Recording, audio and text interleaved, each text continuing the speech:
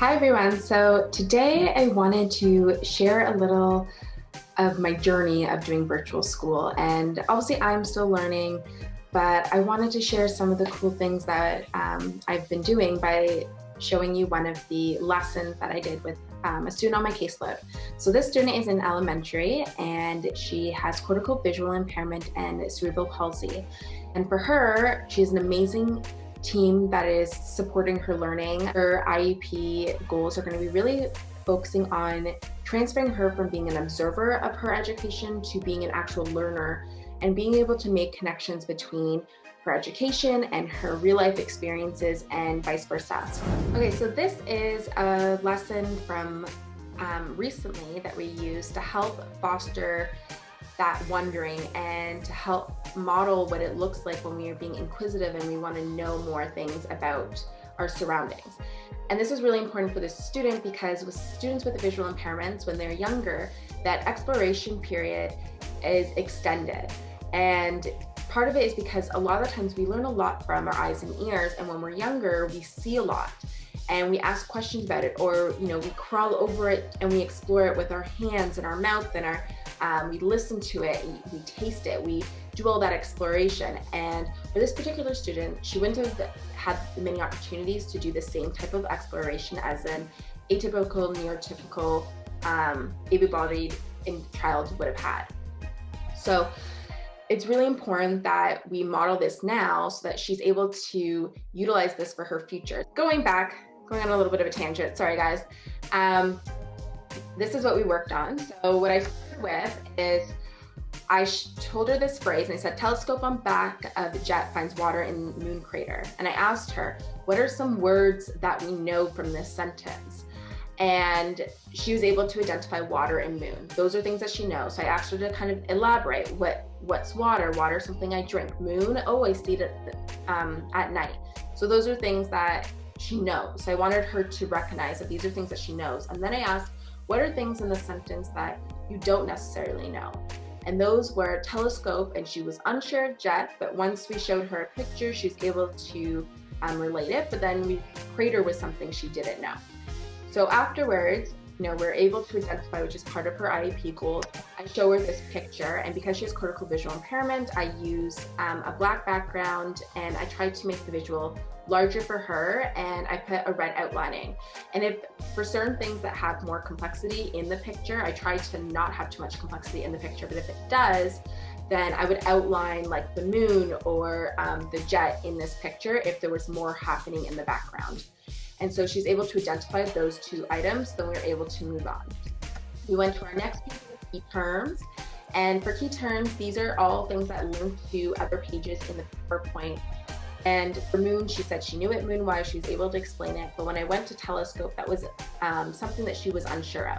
So for telescope, we pressed telescope and we went to this page.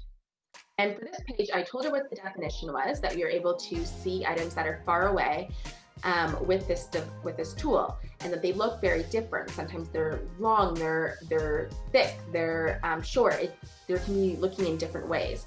And then we used her glasses as a comparison. So sometimes when you take off your glasses, or really not sometimes, but every time you take off your glasses, things are a little bit more blurry. But if you put them back on, you're able to focus and see a little bit clearly. So we use this picture, and this picture is of a moon taken by a phone. So we use that in saying when a phone takes a picture of the moon, this is what it sees.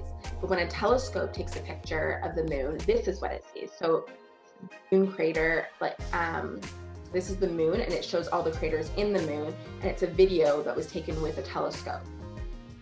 So if we go back to key terms, there's things like jets, and then there's NASA. So NASA is something that we talked about in the article, so we wanted to learn a little bit more about it. So when we go to the NASA page, we are explaining that, we're explaining what NASA is, and then we're explaining that different people that work at NASA are people like astronauts who travel to space. And those are things that she wasn't aware of, and she thought that was really cool. Then I said there's people like scientists that work with NASA. And being able to relate it back to her so she's able to make those connections and strengthen her understanding of what she's learning now, I compared it to something else that she's been working on with her teacher and her educational assistant, which is learning about the life cycle of a pumpkin. And it's like, did you know that you're a scientist? And that was something exciting for her. And she was able to relate, oh, a scientist, someone who does research. And now we're going to be able to expand on that concept in future articles. So once we had key terms down packed, we moved on to the actual article, which again has the pictures. And I would explain what's on each page. And by the end of it, we explained, who cares, why is this so exciting, so that she's able to understand, like, what's the purpose of even knowing this and why do people care about it.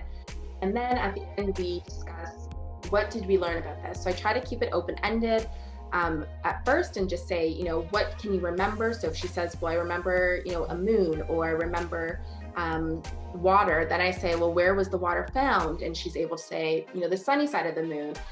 Why were astronauts even happy about this? And she was able to say, because they drink from water. And that's something that really stuck with her because she drinks water. But another thing that water could potentially be used for in this article, as it said, was that it could be used for making fuel. But because fuel is not something that she has much life experience in, because the car just goes for her, and she wasn't able to make the connection between gas in the car versus gas in a rocket. And these are something that, now that I know that we get to explore further, so that she sees that. And that's something I can talk to mom and dad, saying, oh, she didn't realize that gas needed to make the car move. So maybe next time when you guys are stopping for gas, you guys can tell her to look out the window and explain to her what's happening, so that she can remember that for future things. So that's like one of those things for making connections. And then afterwards, to try to foster those questions, we wanted her to ask, what questions do we have? And she wanted to learn more about the moon. So this was sort of the start of our world news and how to foster a learner and not just an observer, and someone who regurgitates what they've learned. We want someone to problem solve and to want to ask more questions and to ask why this is the case. This is what our goal is for her, and I wanted to share what we've been working on, and I wanted to hear, what are you guys doing for your learners that are virtual, or even your in-person learners who are doing more of this inquiry project-based instead of being part of like a curriculum. You can see how an inquiry project can expand to different lessons that can then connect to different academic lessons, but can also like attach and connect to her life experiences, which is inevitably what she needs. What we sometimes forget, obviously a lot of people who work in the special education sector will say like repetition is key, even in adult programming, like repetition is key to learn certain concepts. But sometimes we forget that we need prerequisites, and that we sometimes forget that's what we needed. So we needed certain languages to express certain things, or we needed certain visuals, or we need to hear something as a kid to be able to build on it. And if we heard it enough, or we saw it enough, and then we were able to learn about it. So as a child, I might have seen pumpkins all my life. Every time I went out for Halloween, every time we had pumpkin pie, I heard that was pumpkin pie and that's what it looks like. Or if I had pumpkin seeds, so the seeds are in it, and I hear that as I'm growing up. But once I hit maybe grade 2, grade 3, we actually start learning about pumpkins. So I'm able to refer back to that knowledge about pumpkins that I previously had, like the images and the experiences, and then I'm able to add facts to that.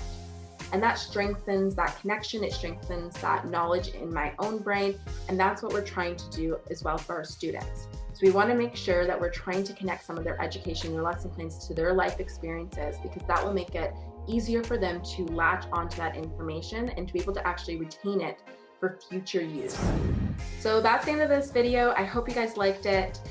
Remember to like and share and comment.